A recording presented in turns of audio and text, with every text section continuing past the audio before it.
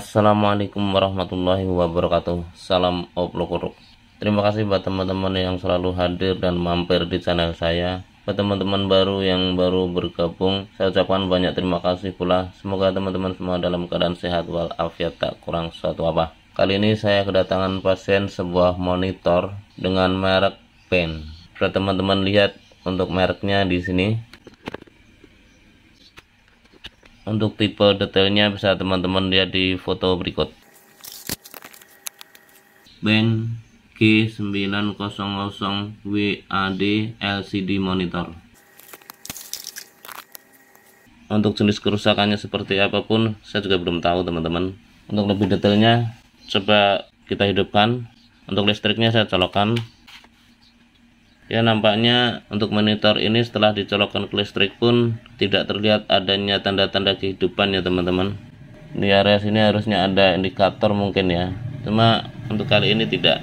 Bagaimana solusi perbaikan monitor bank ini? Simak video selengkapnya dan jangan di skip agar tidak gagal paham. Lanjut.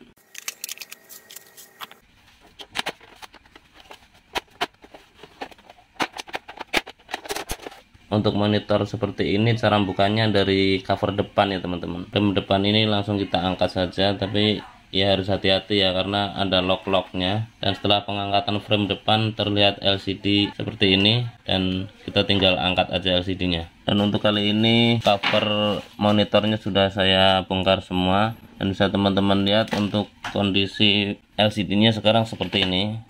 Tinggal LCD aja. Selanjutnya untuk cover belakang di sini teman-teman. Ini power supply dan mainboardnya tuh ada di dalam cover ini. Mari kita buka. Nah seperti ini teman-teman. Setelah cover dari frame LCD ini saya buka. Untuk kali ini terlihat LCD dan mainboard beserta power supply-nya itu bisa terbelah menjadi dua bagian seperti ini. Ini adalah power supply-nya dan ini adalah mainboardnya. Untuk jenis kerusakan seperti ini tentunya kita harus fokus di area ini ya teman-teman. Ini adalah power supply-nya dan inilah bagian dari power supply monitor tersebut. Sebelum melakukan langkah-langkah perbaikan, alangkah baiknya kita pelajari terlebih dahulu skema dari power supply monitor ini. Seperti biasa untuk power supply di sini bisa teman-teman lihat ada garis putih nih. Dan garis ini yang memisahkan antara area primer dan area sekunder. Untuk di area ini adalah area primer. Selanjutnya di sebelahnya ini, setelah garis putih ini adalah area sekunder. Untuk kasus mati total tentunya kita harus fokus di area primer ya teman-teman. Karena area primer ini yang nantinya mensuplai tegangan ke area sekunder. Coba kita pelajari lebih detail untuk area primernya. Untuk tegangan 220 masuk di test point ini teman-teman. Ini ada dua ini tertulis N dan ini L. Untuk tengah ini adalah grounding. Tegangan 220 masuk di test point ini. Selanjutnya masuk ke filter. Di sini ada filter. Dari filter ini masuk ke dioda yang mengkonvert tegangan menjadi 300 volt setelah disearahkan. Dari dioda ini masuk ke elko. Ini ada elko utamanya teman-teman. Untuk di elko ini harus terukur tegangan 300 volt. Dari elko ini di drop melalui RR ini, kemudian masuk ke IC driver PWM yang diumpan selanjutnya ke MOSFET. Ini ada MOSFET teman-teman. Dari tegangan 300 volt ini di drive oleh IC PWM ini, yang berikutnya diumpan ke trafo. Di sini ada trafo. Dari trafo ini selanjutnya masuk ke dioda. Di sini ada dioda. Dari dioda ini selanjutnya difilter oleh elko yang selanjutnya diumpan ke IC ini. Ini IC untuk ngedrive driver backlight ya teman-teman. Ini adalah IC driver backlight. Begitu juga untuk output dari trafo ini pun diumpan ke mainboardnya. Selanjutnya kita lakukan pengukuran tegangan, dan untuk kali ini coba saya colokkan untuk monitornya. Kita cek tegangan input di sini. Ini harus terbaca 220 volt AC. Coba kita tes. Nah, nampaknya untuk 220 volt AC masuk. Selanjutnya masuk ke dioda. Di sini ada dioda, teman-teman. Ya, nampaknya untuk tegangan 220 AC masuk ke dioda. Selanjutnya dari dioda ini mengeluarkan output tegangan 300 volt DC. Saya rubah ring pengukuran jadi DC. Harus terukur kisaran 300 volt di elko utamanya ini. Coba kita ukur. Nah, untuk tegangan 300 volt hadir. Setelah dioda terukur 314,6 volt DC. Tentunya di MOSFET ini pun hadir 300 volt. Coba kita ukur. Ya, 300 voltnya di MOSFET ini hadir. Selanjutnya dari 300 volt itu di drop untuk ngedrive IC PWM ini. Coba kita ukur untuk VCC in IC PWM ini ada atau tidak. Ya, terbaca 9,9 volt DC untuk ngedrive IC ini. Nampaknya hadir ya teman-teman. Coba kita ukur untuk area sekunder hadir atau tidak. Tegangan di area sekunder di sini teman-teman. Pastinya sih nggak hadir ya. Coba kita ukur. Ya, bisa teman-teman lihat untuk outputnya tentunya tidak ada ya. Karena untuk kasus kali ini tuh mati total. Jadi untuk output di area sekunder pastinya tidak ada. Terukur 0 volt. Ya, di beberapa test bench sudah saya coba ukur, nggak ada output ya teman-teman.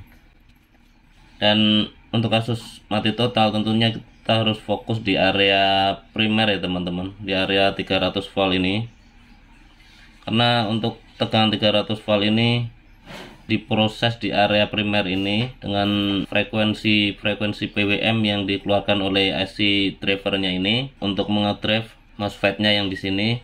Untuk kali ini saya lakukan penelitian lebih detail di area primer dulu. Setelah saya baca dan saya pelajari untuk datasheet IC PWM ini teman-teman. Ini IC driver PWM yang ngedrive ke MOSFET-nya di area primer. VCC in itu ada di pin 1. Coba saya ukur untuk VCC in-nya. Untuk VCC in coba kita ukur. Di pin 1 ada di sini teman-teman. Nah, di sini terukur 9,9 volt. Ini teman-teman. 9,9 volt. Masuk untuk VCC in-nya, dan untuk outputnya itu ada di pin 6. Pin 6 coba kita ukur. Pin 6 itu ada di sini teman-teman. Ini outputnya di sini. Nah, bisa teman-teman lihat output dari IC ini nggak ada ya teman-teman. Memang untuk IC PWM itu outputnya naik turun seperti ini, cuma ini terlalu kecil ya.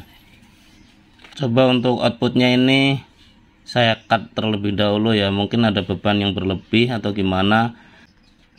Karena kalau saya melihat di datasheetnya ini untuk IC ini pun punya proteksi ya teman-teman. Bisa jadi di outputnya itu ada beban, mungkin ada short atau gimana.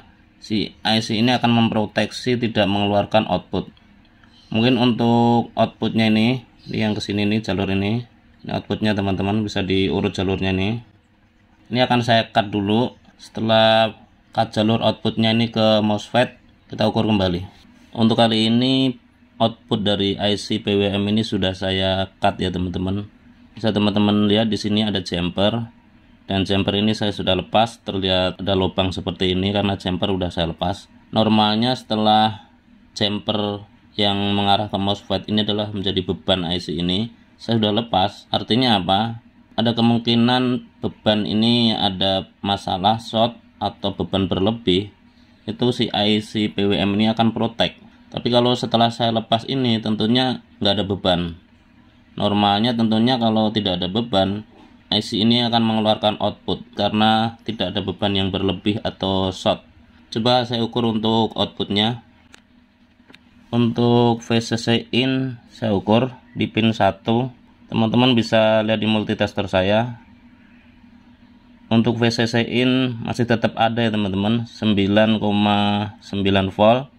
Dan kalau melihat dari datasheetnya untuk 9 volt ini sudah memenuhi syarat untuk kerjanya IC PWM ini. Selanjutnya kita ukur untuk outputnya. Outputnya di sini kita ukur. Nah, bisa teman-teman lihat untuk outputnya ini masih tetap ya teman-teman, walaupun beban setelah dilepas. Dari hasil pengukuran ini saya bisa menyimpulkan untuk IC PWM ini memang bermasalah. Untuk tipe IC PWM ini adalah EA1530A. Mungkin selanjutnya saya akan order online untuk IC PWM ini. Selanjutnya setelah IC datang, saya akan pasang dan saya akan record kembali. Dan kali ini kita akan lakukan pergantian untuk IC PWM nya ini teman-teman ya. Dan untuk IC pengganti sudah saya siapkan. Untuk pelepasan IC PWM ini saya menggunakan blower. Sebenarnya sih tidak harus menggunakan blower ya teman-teman. Pakai solder biasa pun sebenarnya bisa. Tapi kebetulan saya ada blower, jadi akan saya cabut dengan menggunakan blower. Kita kasih fluk untuk IC nya seperti ini. Kita balurin fluk dengan tujuan agar saat pengangkatan IC ini bisa mudah. Dan kita panaskan dengan blower sambil digoyang-goyang seperti ini.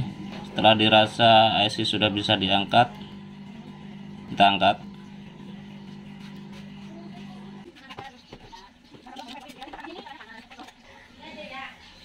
Sudah, IC sudah terangkat. Untuk kali ini IC PWM sudah saya ganti dengan yang baru ya teman-teman. Selanjutnya kita lakukan pengetesan tegangan. Untuk pengetesan pertama tentunya di tegangan 300 volt di elko harus masuk. Supaya kita lakukan pengetesan, teman-teman bisa lihat di multitester saya. Untuk 300 volt sudah masuk, terbaca 310 volt DC. Dan untuk IC PWM kita tidak usah lakukan pengukuran, langsung kita lakukan pengukuran di outputnya. Untuk di output groundnya saya tempel di sini. Selanjutnya untuk 5 volt kita tes. Untuk 5 volt tes poinnya di sini. Nah, nampaknya untuk 5 volt sudah hadir ya teman-teman. Terukur 5,131 volt DC dan itu stabil. Selanjutnya untuk 14 voltnya di sini ada output 14 volt juga kita ukur. Nah, untuk 14 voltnya juga sudah terukur normal. Terukur 14,57 volt dan itu stabil. Selanjutnya untuk monitornya nih akan saya assembling. Dan kita lihat untuk tampilannya sudah normal kembali apa belum. Untuk kali ini monitor saya sudah assembling dan bisa teman-teman lihat untuk kondisinya sekarang sudah rapi, sudah berdiri di standnya. Selanjutnya coba kita colokkan.